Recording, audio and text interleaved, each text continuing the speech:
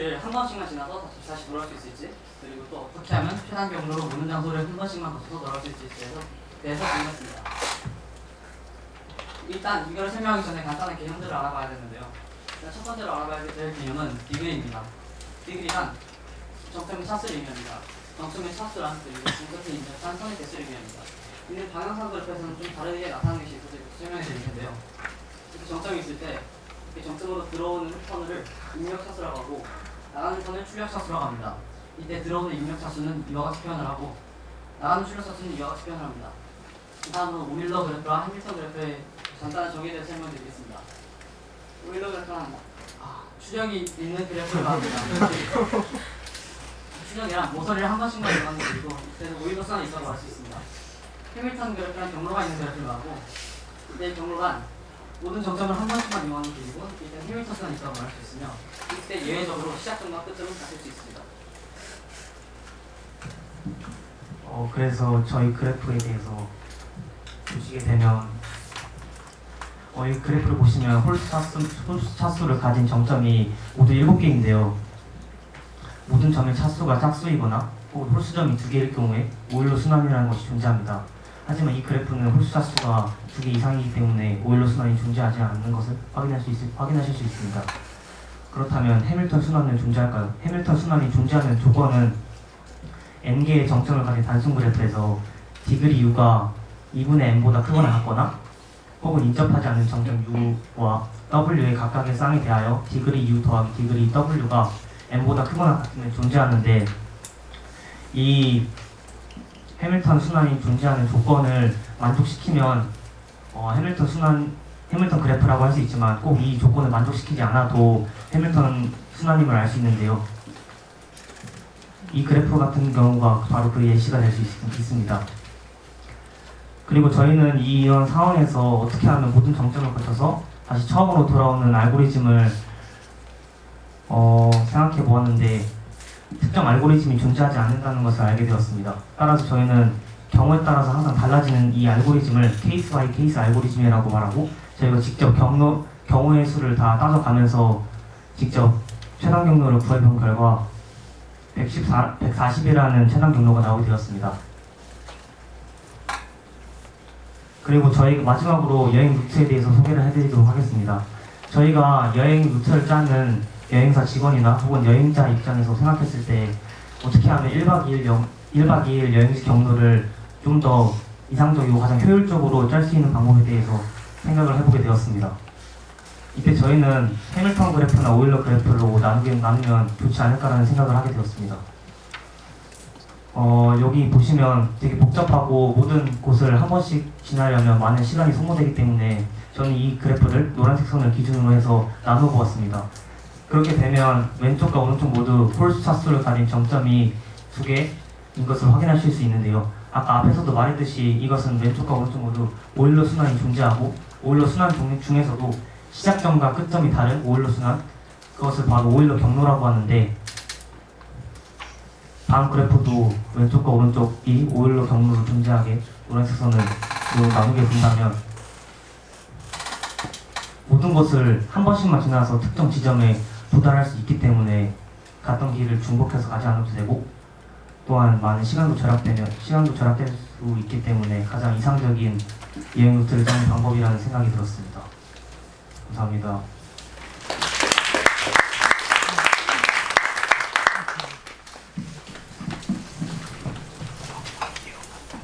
다음으로 질의응답 시간이 있겠습니다. 질문을 하고 싶은 분은 손을 들어주세요. 아까 오일러 순환에서 홀수 차수가 없거나 아니면 2개인 경우에만 이게 순환된다고 하셨는데 그 이유가 무엇인지 궁금합니다.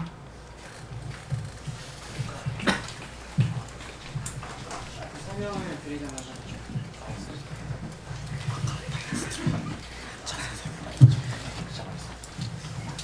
서명이 설명 드릴게요. 이렇게 있을 때 만약에 연결된 차수가 홀수라면은 이렇게 한 3개 정도 있다고 해보겠습니다. 만약에 얘를 거쳐서 다시 나오려면은 일단 2개를 소모를 해야 되잖아요. 이 선 2개를.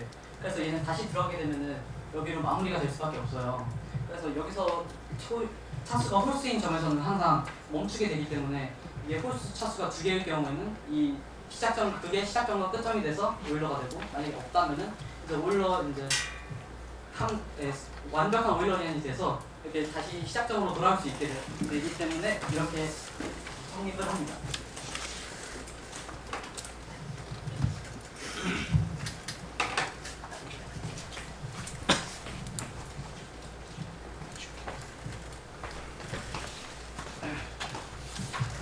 발표 과정에서는 자세히 설명하지 않으셨는데 논문에서 페이지 40쪽에 보면 동형 그래프가 나오는데, 동형 그래프는 두 그래프가 똑같지는 않아도 그 근본적인 구조가 동일한 경우 그래프를 동형이라고 한다고 했는데, 그렇다면 선과 점의 개수가 같은 그래프임을 모두 동형 그래프라고 말하는 건가요? 그거는 사례를 설명드리도록 하겠습니다.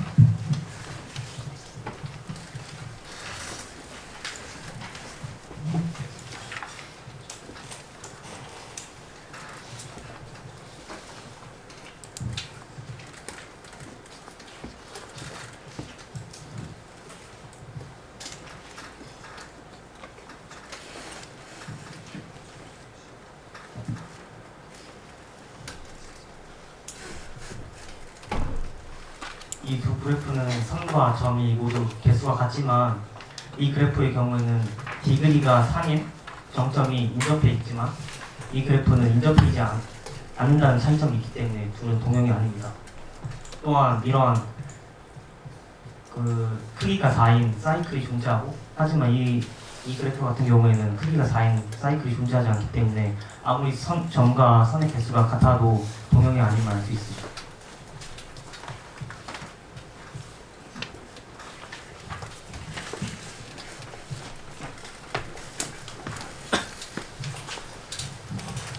네. 그래프 이용을 실생활에서 적용시킨 부분이 매우 인상적이었는데요. 저는 평소에 의학에 관심이 많습니다. 그렇다면 이 그래프 이론을 이제 좀 더 학문적으로 이제 어떻게 의료 분야나 바이오 분야에서 사용되는지 말씀해 주실 수 있나요?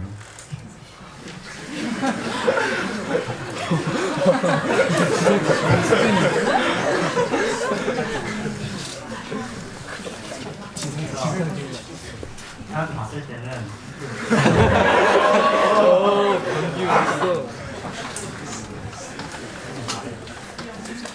인간에서 발생하는 질병들을 연결관계로 나타내게 되면 그 질병들의 원인을 알 수 있을 거 아니에요.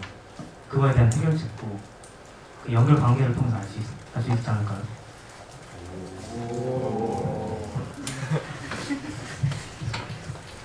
아까 전에 그리디 알고리즘으로 최단 경로를 구했잖아요. 근데 그리디 알고리즘을 이용해서 항상 모든 그래프의 최단 경로가 구해지는 거예요? 아니요. 그러면은 최단 경로 문제에서는 그리디 알고리즘을 쓰면 안 되는 거 아니에요? 그게 그리디 알고리즘을 해가 나온다는 가정이 있어야지 쓰일 수 있는 거 아니에요?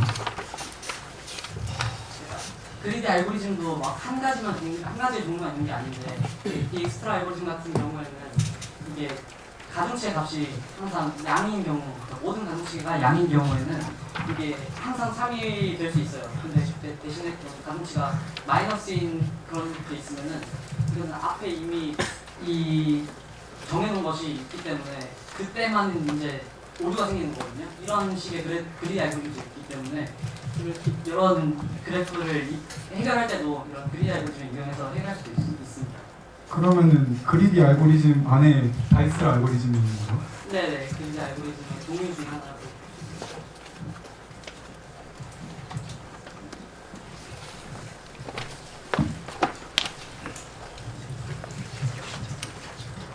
그래프 이론이 적용될 수 있는 게임 중에 한복 그리기가 있다고 생각을 하는데, 혹시 한복 그리기에서 필승 전략 같은 게 그래프 이론으로 해주실 수 있나요?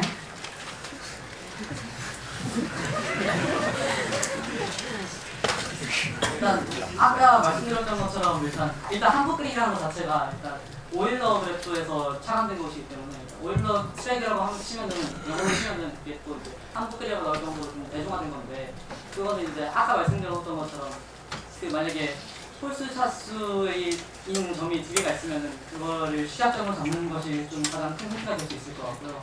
또 이제 그게 아니라 짝수 차수라면은 그것은 이제 시작점을 구할 수는 없지만 그래서 일단 그것이 이렇게 한국 그리가 되는지 안 되는지 구할 수 있기 때문에 그런 데서는 좀 힌트를 얻을 수 있을 거라고 생각합니다.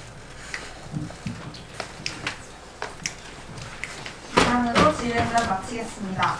감사합니다.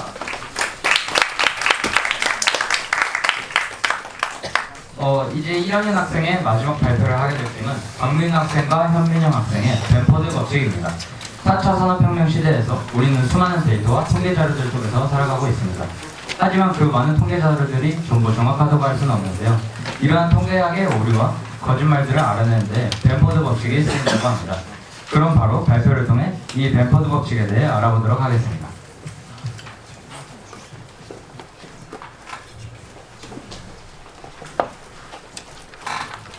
네, 안녕하십니까. 저희는 벤포드 법칙에 대해 연구한 현민영 공인입니다. 일단 저희의 벤포드 법칙에 대한 발표 순서는 이와 같고요. 발표에 앞서서 저희가 벤포드 법칙을 연구하게 된 동기와 벤포드 법칙에 대한 간단한 설명을 하도록 하겠습니다. 혹시 벤포드 법칙에 대해 알고 계시나요? 네, 당연히 모르실 거라고 생각을 합니다. 혹시 여기 보이시는 휴대폰 전화 비밀번호와 같이 숫자 데이터 값에서 가장 첫 자리 자연수의 1이 나올 확률이 어느 정도라고 생각하시나요? 저희는 1에서부터 9까지의 자연수 중에 1이 나올 확률이기 때문에 약 11%의 확률을 가질 것이라고 생각했습니다. 하지만 실제로는 30%의 확률을 가진다고 합니다. 여기서 바로 벤포드 법칙이 이용되는 것입니다. 벤포드 법칙이란 임의의 숫자 데이터 값에서 첫 자릿수의 각 1부터 9까지의 자연수 중에서 1이 나올, 예를 들어 1이 나올 확률이 균일하지 않다는 것을 의미하는데요. 저희는 여기서 균일 분포를 이루지 않는다는 것에서 흥미를 가지게 되었습니다. 이에 더해서 벤포드 법칙은 통계의 조작의 여부를 따지는데도 활용이 된다는 것에서 과연 실생활에서는 벤포드 법칙이 어떻게 응용되는지에 대해서 더 궁금증을 가지게 되었습니다. 벤포드 법칙은 여기 보이시는 미국의 물리학자 벤포드에 의해서 수학적으로 공식화되었고요. 여기 보이시는 표는 벤포드 법칙의 첫 자리 숫자에 따른 확률입니다. 이제 벤포드 법칙의 공식이 과연 어떻게 수학적으로 증명이 되었는지에 대해서 더 깊이 있게 탐구해 보고자 하는데요. 벤포드 법칙의 공식 증명에는 이 단위불변성이라는 것이 이용이 됩니다. 단위불변성이란 여기 보이는 것과 같이 측정 단위가 변하여도 분포가 변하지 않는 것을 의미합니다. 즉, 단위불변성을 가진 변수의 로그는 상수의 확률 밀도 함수를 가진다는 단위불변성의 정리를 가집니다. 이게 무엇인지 궁금하실 텐데요. 저희 이제 수학적인 증명을 통해 알아보도록 하겠습니다. 저희가 구하고자 하는 확률 변수를 라지 x라고 정의하도록 하고 여기에서 a, b 등 고정상수로 정의하도록 하겠습니다. 그렇다면 이 x가 고정상수 a에서 b 사이에 속할 확률 밀도 함수를 파이 x라고 정의하도록 하겠습니다. 또한 이 라지 x가 어떤 특정한 변수 x보다 작거나 같을 확률을 누적 분포 함수 라지 파이 x로 정의하도록 하겠습니다. 여기서 이 라지 파이 x, 아까 저희가 구하고자 하는 그 확률 변수가 단위 불변성을 가진다고 가정해 본다면, 또한 k를 환산 인자라고 정의한다면 이 라지 x가 a에서 x 사이에 속할 확률은 단위 불변성에 따라서 환산 인자를 곱한 값인 ka와 kx 사이에 속할 확률과 같게 됩니다. 또한 확률 밀도 함수와 누적 분포 함수의 관계에 따라서 여기 위와 같은 식이 성립하게 되고요. 최종적으로 ka와 kx 사이에 확률 변수 라지 x가 속할 확률을 미분하게 된다면 k 곱하기 파이 kx는 파이 x와 같은 값이 나오게 됩니다. 여기서 또 다른 확률 변수를 정의하게 될 텐데요. 확률 변수 라지 y를 정의할 텐데 여기서 라지 y는 로그의 b의 라지 x 값을 가진다고 기억해 주시면 감사할 것 같습니다. 여기 라지 y에 대한 확률 밀도 함수, 누적 분포 함수를 프사이 y, 라지 프사이 y로 정의할 때 아까 라지 y가 로그의 b의 라지 x 값을 갖는다고 하였기 때문에 프사이 y는 dy분의 dx 곱하기 파이 x의 값을 가지게 됩니다. 이때 x는 b의 y제곱이기 때문에 p사이 로그 b의 x 값은 x 곱하기 파이 x의 ln b 값을 갖게 되고, 따라서 x 곱하기 파이 x는 파이 1의 값을 가지기 때문에 p사이 y는 파이 x와 같이 상수함수의 값을 가지게 됩니다. 지금까지 단위 불면성 정리에 대해 알아보았는데요. 지금부터 본격적으로 벤포드 법칙의 공식을 유도해 보도록 하겠습니다. 유도에 앞서서 벤포드 법칙 공식을 먼저 살펴보겠습니다. 벤포드 법칙의 공식은 앞에 화면에 나와 있듯이 로그 a 플러스 1 마이너스 로그 a로 나타날 수 있습니다. 그리고 여기서 a는 임의의 숫자 y의 첫째 자릿수라고 할 수 있습니다. 그래프를 통해 a가 1일 때 0.301의 확률을 가짐을 알 수 있고, 이를 실제 식에 대입해보면 로그 2 마이너스 로그 1, 로그표를 통해 0.301의 확률을 가짐을 알 수 있습니다. 지금부터 본격적으로 유도를 시작하겠습니다. 임의의 숫자 y는 k의 t의 x승, k는 여기서 환산이자 t는 상수, x는 변수라고 할 때 첫 자리 숫자 자연수 a는 아까 같이 말한 대로 정의하겠습니다.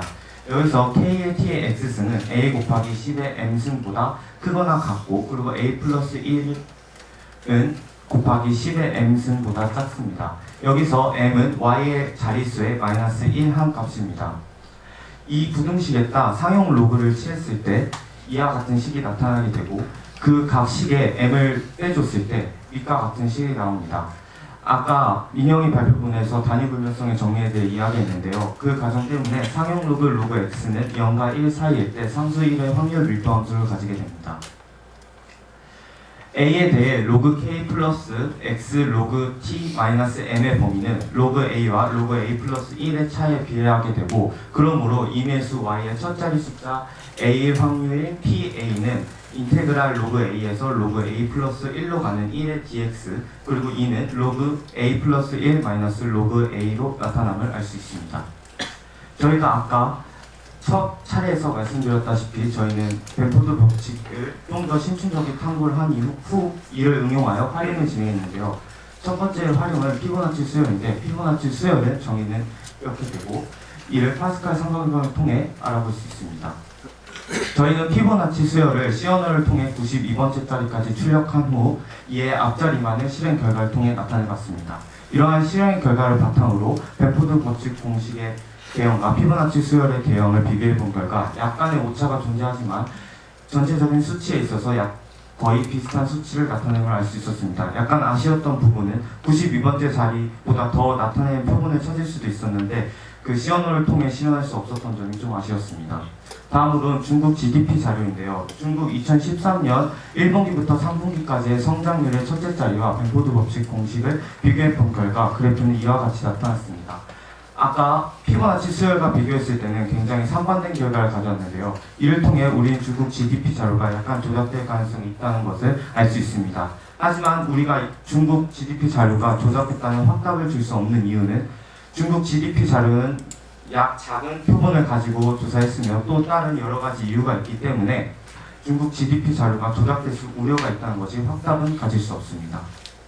마지막으로 결론을 설명드리도록 하겠습니다. 일단 경험적 확률이라는 게 무엇인지 알아봐야 되는데요.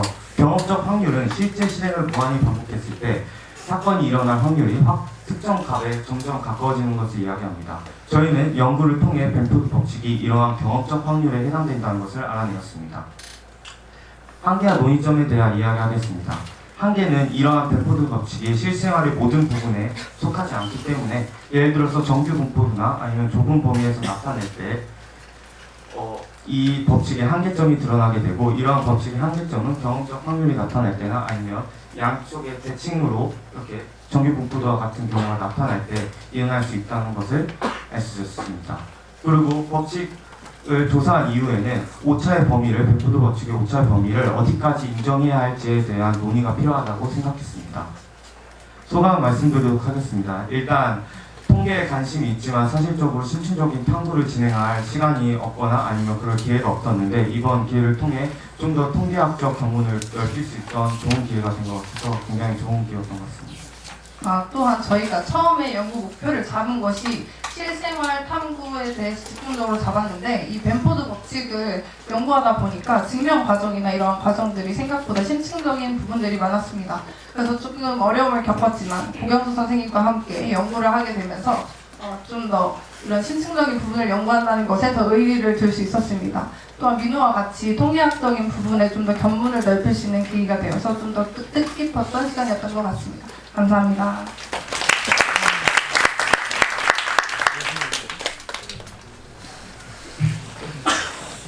다음으로 질의응답 시간이 있겠습니다. 질문을 하고 싶은 분은 손을 들어주세요.